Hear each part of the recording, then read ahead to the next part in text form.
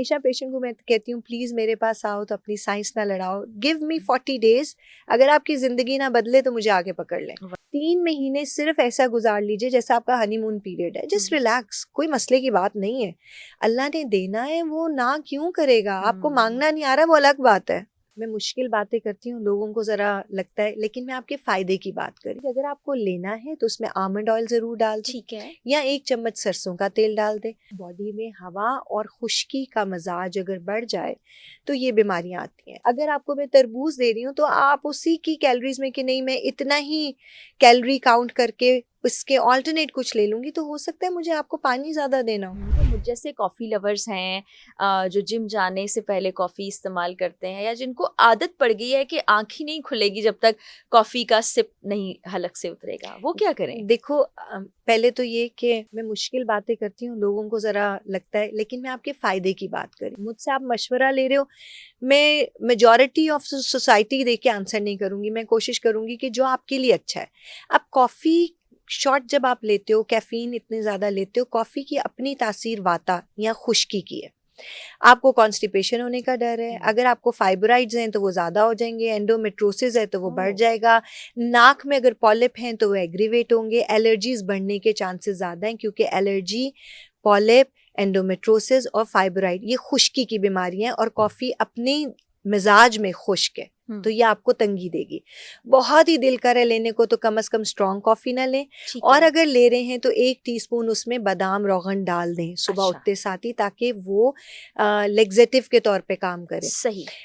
फिर अगेन अगर बहुत ही दिल कर रहा है, वो कोई आदत कहते हैं ना, आदत है तो आदत तो अशरफ मखलूक की कुछ नहीं होती, वो जब चाहे कुछ भी बदल सकता है। आपकी सोच की बात है कि आप अपने लिए फ़ायदा कहाँ ढूंढ रहे हो, और फ़ायदा हमेशा आपके इलाके की चीज़ों में है जो आपके इलाके में मौजूद है। अब आप ऑब्वियसली उठते साथ ही लस्सी पी के तो सो जाएंगे, अब मैं ये भी नहीं कह रही, तो मैं ये कह रही हूँ कि अगर आपको लेना है तो उसमें आमंड ऑयल ज़रूर डाल दें, ठीक है, या 1 चम्मच सरसों का तेल डाल दें।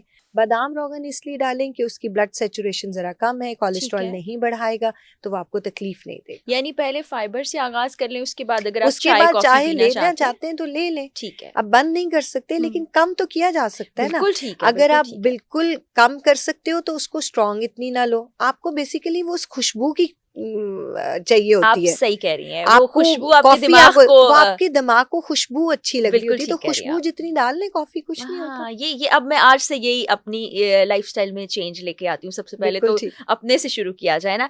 अच्छा मासूमा साहिबा, इसी से रिलेटेड मैं ख़वातीन के हेल्थ इश्यूज़ और ख़ास तौर पर जब हम बात करते हैं कि पीसीओज़ हो गए हैं, हार्मोनल इम्बैलेंस हो गया है, फाइब्रोसिस से गुजरने लगती हैं लड़कियाँ, पॉलिप्स बहुत ज़्यादा होने लगे और बहुत कम उम्र में, इसकी क्या वजूहात है? देखिए मैंने भी बोला ये वाता पैसिफाइंग डिजीज़ है, यानी बॉडी में हवा और खुश्की का मजाज अगर बढ़ जाए तो ये बीमारियां आती हैं। अब क्यों हो रहा है ज़्यादा? हम अनफॉर्चुनेटली कॉफ़ी लवर हो गए, हमारा टाइम सोने जागने का ठीक नहीं है, पानी हमने पीना नहीं है, कोल्ड ड्रिंक्स का इस्तेमाल हमने बहुत ज़्यादा करना है, ख़ास तौर पे आपकी काली रंग की जो कोल्ड ड्रिंक्स हैं उनका इस्तेमाल बहुत ज़्यादा है। इसके साथ साथ आपके खाने पीने में मैदे का इस्तेमाल बढ़ गया है, बर्गर की शक्ल में, ब्रेड्स की शक्ल के अंदर, आपके जितने भी आप फास्ट फूड ईटर्स हो गए, आप देखें बच्चियां क्या करेंगी, उठेंगी कुछ नहीं खाएंगी, बस कॉफ़ी का एक कप पियेंगी, सारा दिन गुजारेंगी, और फिर कहीं बाहर फूड पांडा जिंदाबाद। तो ये जो खाने पीने की रूटीन हमारी ख़राब हुई है, और हम वेस्ट को फॉलो करते करते अपने मौसम से निकल गए, ये बीमारी की मेन वजह है अकॉर्डिंग टू होलिस्टिक साइंस। मेरे पास कोई भी पेशेंट आता है तो मैं उसको कहती हूँ मुझे आपसे 2 चीज़ें चाहिए, सबमिशन और सरेंडर। आए हो या बैठे हो तो ठीक होने आए हो, अब जब ठीक होने आए हो तो अपनी साइंस ना लड़ाना, let me do my work. बिल्कुल सही है। तो वो पेशेंट हंसते भी आप ही के जैसे कहते हैं कि ये मतलब कि आप, ये बड़ी मजेदार सी मैंने बात अगर है ना। अगर अगर मैंने कहा है सेब लेना है तो आप अपनी साइंस क्यों लड़ा रहे हो कि उतनी ही कैलोरीज का कीनू भी है। मैं देना चाहती तो मैं कीनू दे देती, मैं तासीरों पे काम कर रही हूँ, सेब की तासीर डिफरेंट है, कीनू की तासीर डिफरेंट है।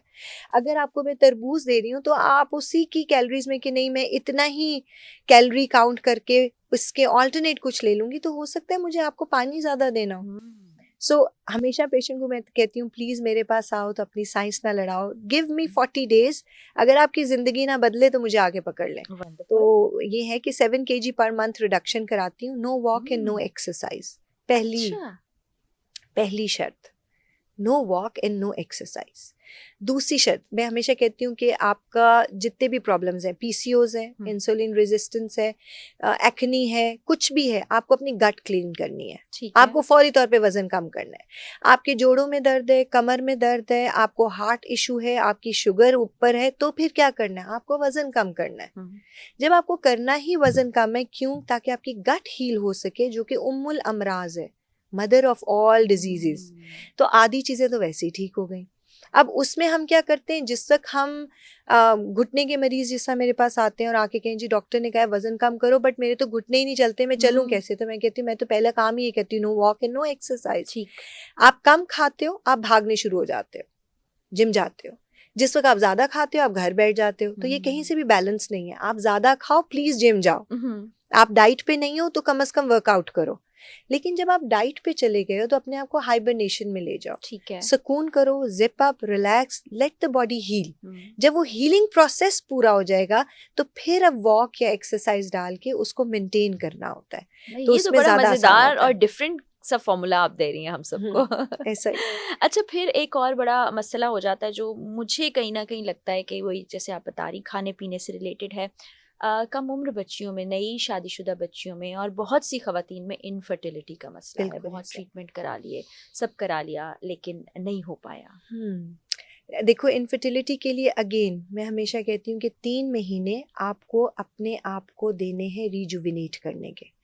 अनफॉर्चुनेटली जब भी कोई कपल किसी भी डॉक्टर के जाता है तो वो जाते साथ ही हार्मोन थेरेपी पे लग जाता है जी या वो मतलब ज़्यादातर आपको डायरेक्ट ट्रीटमेंट दी जी, जाती है। ऐसा ही है। मेरी फील कहती है कि औरत या मर्द अगर उसको बच्चा पैदा करना है तो वो एक ज़मीन की तरह है।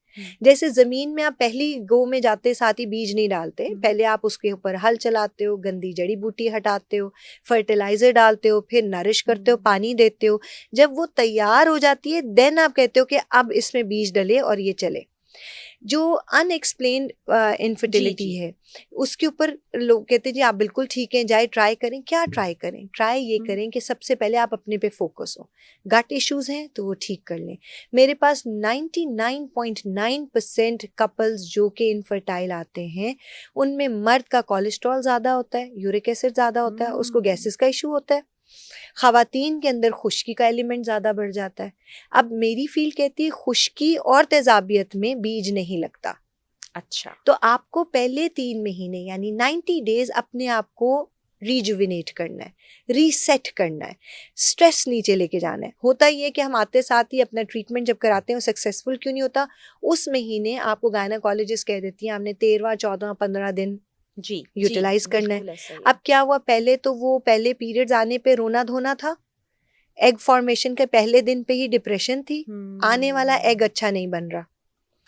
फिर जब आप नहा के फारिग हो गए, अब आपने एक नई उम्मीद करी उस एग के साथ जिसको आप पहले बर्बाद कर चुके हो 5 दिन, क्योंकि आप तो रो रहे थे, आपको तो डिप्रेशन हो गई थी, आपको तो अपने इर्द गिर्द लोगों से डर लग रहा था।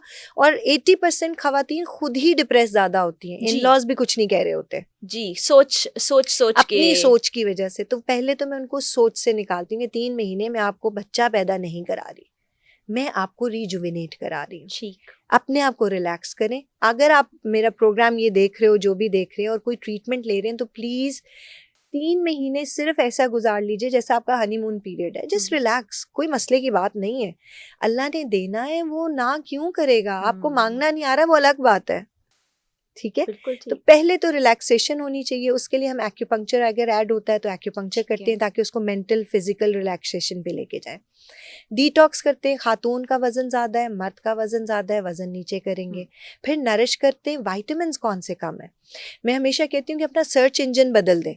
आप नेट पे लिखते हो मैं इनफर्टाइल हूँ, व्हाट इज़ द डिजीज़, तो एक कहानी आ जाती है। आप नेट पे लिखते हो मेरा सर में दर्द है, व्हाट इज़ द डिजीज़, वो आपको कैंसर तक पहुँचाएगा। आप सिर्फ उसको थोड़ा सा बदल दो। आप लिखो हेडेक है, व्हाट इज द डेफिशिएंसी, तो आपको पता लग जाएगा इलाज क्या करना है। सवाल ही गलत कर रहे हैं सवाल ही हम। गलत कर रहे हो आप, तो बीमारी ढूंढ रहे हो, ना ढूंढो ना, किसी कमी की वजह से हुई होगी। तो खवातीन में जहाँ पे आता है वहाँ आयरन डेफिशिएंसी आती है, फॉलिक एसिड डेफिशिएंट होती है, विटामिन डी डेफिशिएंट होती है, टॉर्च प्रोफाइल मेन चीज़ जो वायरसेस हैं उनमें आईजीजी पॉजिटिव होते हैं। एलोपैथिक के अंदर उनके लिए अगर रुबेला आईजीजी पॉजिटिव है तो इट्स नथिंग, मेरे लिए वो बहुत मैटर करता है, तो मैं डूश कराती हूँ यूट्रस को। इट्स विदाउट, यहाँ बहुत से लोगों को इसका इस पता ही चीज़ का नहीं होगा, पता। हम होगा। यूट्रस को डूश करना कहते हैं कि आप विद मेडिसिन डीएनसी करें, यानी विदाउट टूल अंदर रखने की दवाई देते हैं। क्लीनिंग प्रोसेस से गुजर रहा है, ठीक है। मेल भी और फीमेल भी। फीमेल की यूट्रस को क्लीन किया जाता है, उसका वजन ऊपर है वजन नीचे किया जाएगा, उसका आयरन कम है आयरन पूरा किया जाएगा, यानी उसकी डेफिशिएंसीज को ठीक किया। मेल में आ जाएं तो अब हमने क्या स्ट्रेस दे दिया, 13वें 14वें 15 दिन खातून कॉल करके कह रही याद रखो आज दिन है। अब वो जो सारा दिन सोच रहा है उसके स्ट्रेस से उसका स्पर्म खराब हो रहा है। तो ये जो स्ट्रेस लेवल है ना, इसको कंट्रोल करना बहुत अच्छा है और वो एक्यूपंक्चर में बहुत अच्छा होता है। इसीलिए बाहर की दुनिया में इनफर्टिलिटी सेंटर्स में एक्यूपंक्चरिस्ट का बहुत बड़ा रोल है। वो एक्यूपंक्चर मेक श्योर करते हैं कि पेशेंट जाके ले, ताकि उसका स्ट्रेस लेवल नीचे आ जाए। तो स्ट्रेस, डाइट एंड हर तरह से रिजुविनेट करके नरिश करें एंड देन ट्राई।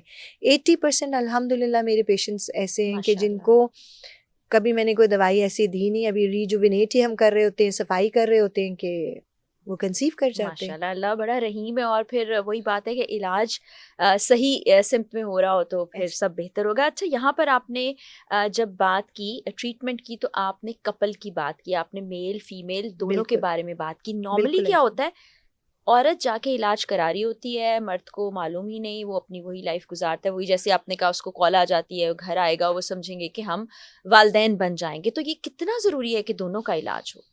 देखिए 50% काम मेल का है, 50 फीमेल का है, सारा कुछ फीमेल पे तो नहीं करना।